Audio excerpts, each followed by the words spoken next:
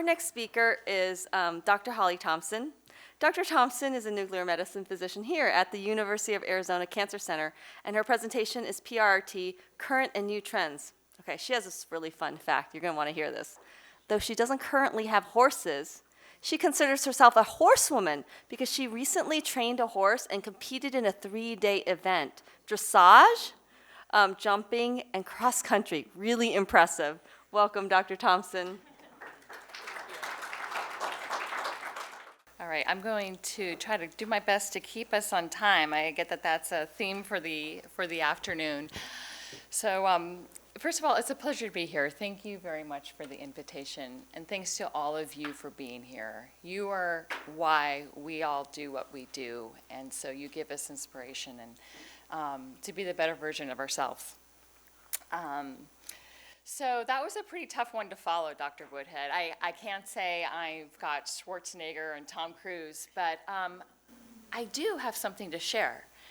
Do you know that we can now treat cancer by sending microscopic missiles directly into tumor cells, effectively killing them while sparing surrounding tissue? Sounds like science fiction. Oh, sorry.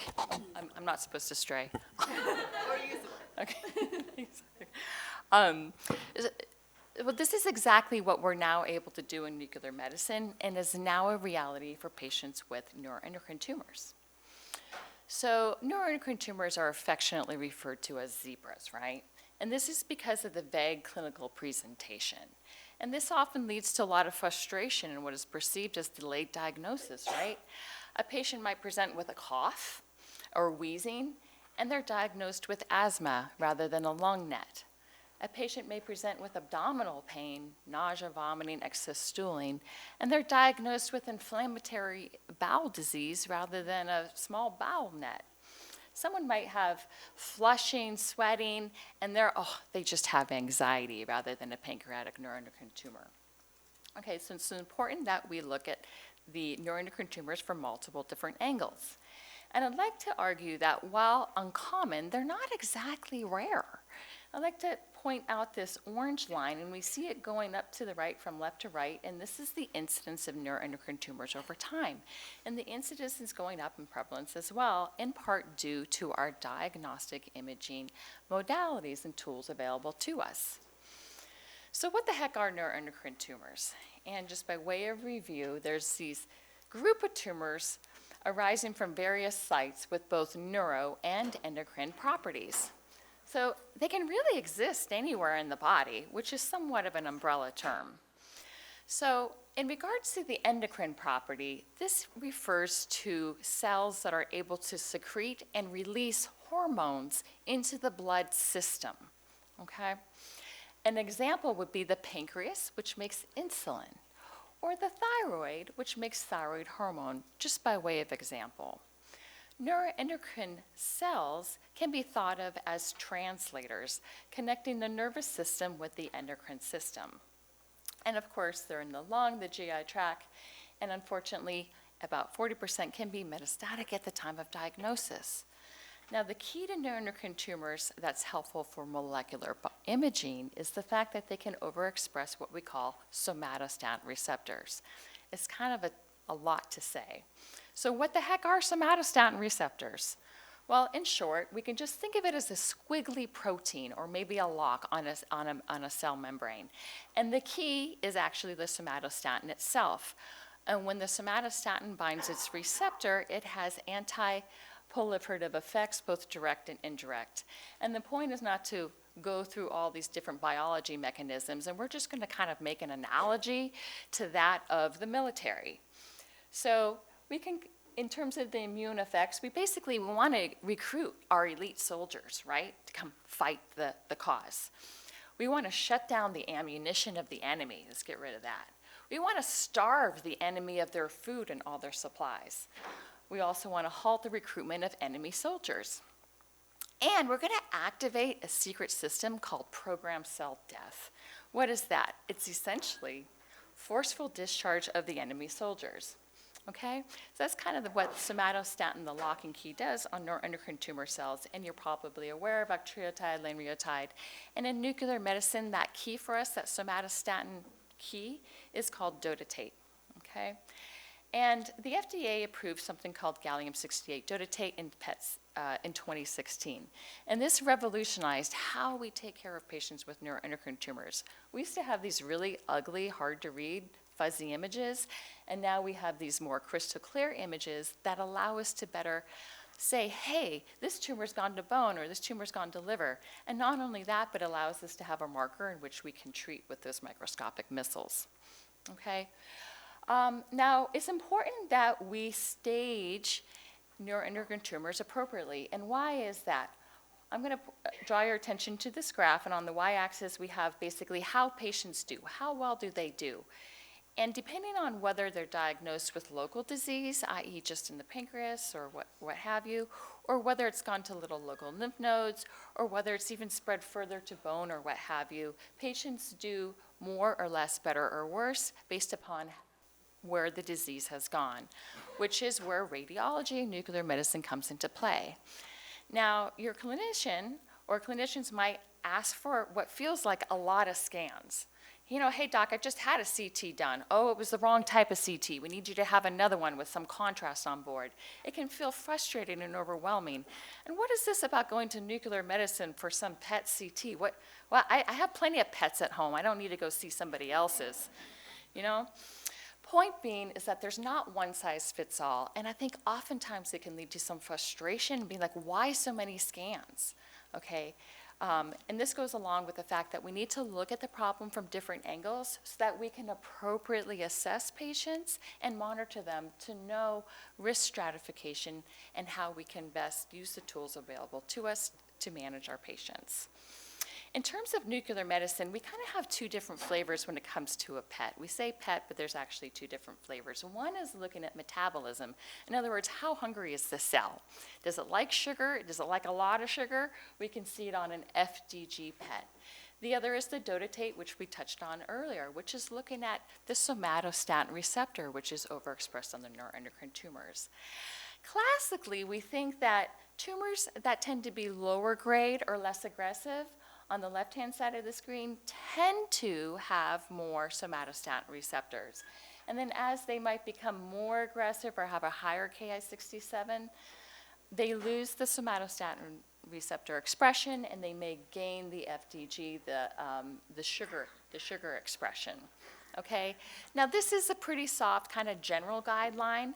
Sometimes your clinician might say, hey, I need both because one size does not fit all, and things can look very different. Remember the zebras, right? Well, if we don't look for it, if we don't suspect it, we won't detect it. So oftentimes, again, it might lead to additional scans, which again can seem confusing because I just had one 2 weeks ago. Can't you use that scan?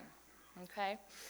So in terms of nuclear medicine, we have this fancy new word we coined, theragnostics.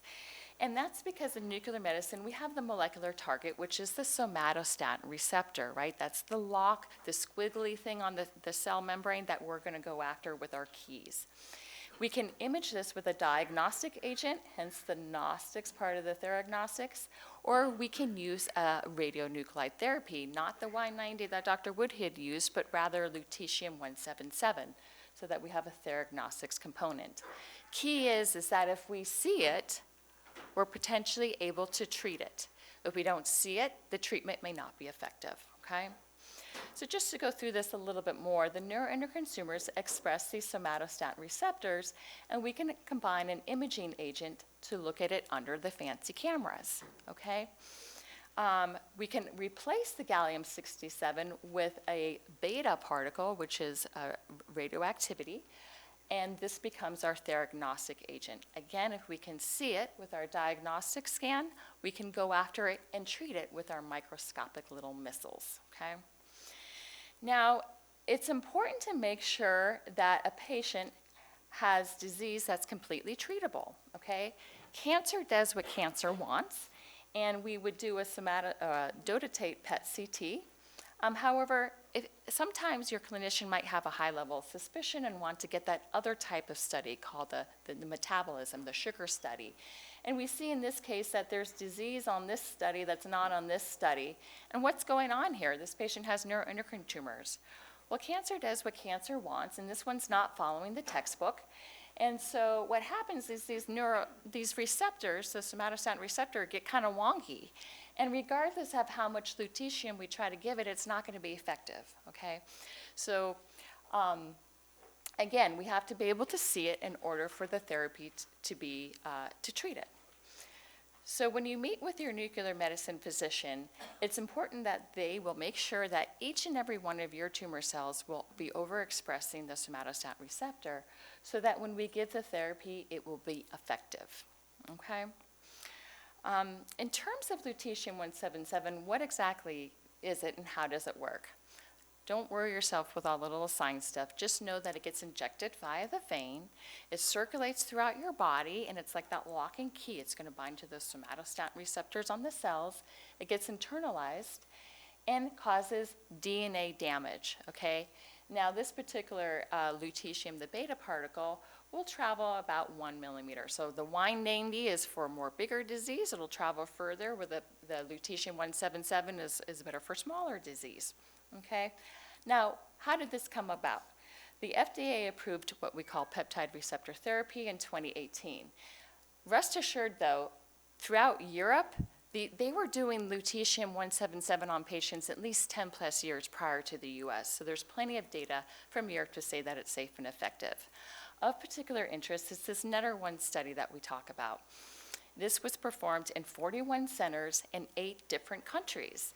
Kind of interesting, right? So people globally around the world have really contributed to the scientific knowledge that we have now today to treat patients. And I think I feel very inspired by the bravery of these people. In the United States, these were the particular locations. So let's just go through this briefly, not to spend too much time, but there's basically 2 different arms in a clinical trial.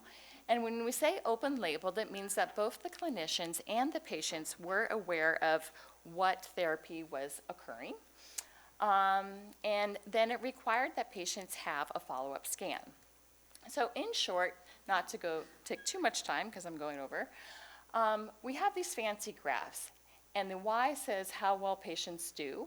And we can see that the patients that had the microscopic missiles, they were higher up any point in time along this line, which is what led to the FDA approval. Okay, in the interest of time, we're going to jump here just to the nuts and bolts of the therapy. Typically speaking, you get an anti-nausea medicine, and then we start these amino acids. It runs about 4 hours, and the Lutathera or the PRRT is given in between then. It's 4 cycles performed 2 months apart. And at the end of each cycle at the University of Arizona, we do perform what we call a post-therapy scan. And this is to make sure that the microscopic missiles are actually going to where we want it to go and that it didn't go anywhere else, didn't extravasate, and to also see if there's potentially any new lesions or something we need to be suspicious about. So in the last few little seconds here, it's important to point out that patients really feel better. Honestly, this slide's not intended to be overwhelming. Patients feel better. If they've had multiple bouts of diarrhea, I've had patients like, hey, I've had diarrhea 15 times a day, I can't leave the house. After lutetium-177, they might have 2 or 3 bouts a day. They're able to go attend their children's soccer games and birthday parties. And this is why it was adopted into the NCCN guidelines. We're still trying to figure out the optimal timing and dosimetry, in other words, how much to give when.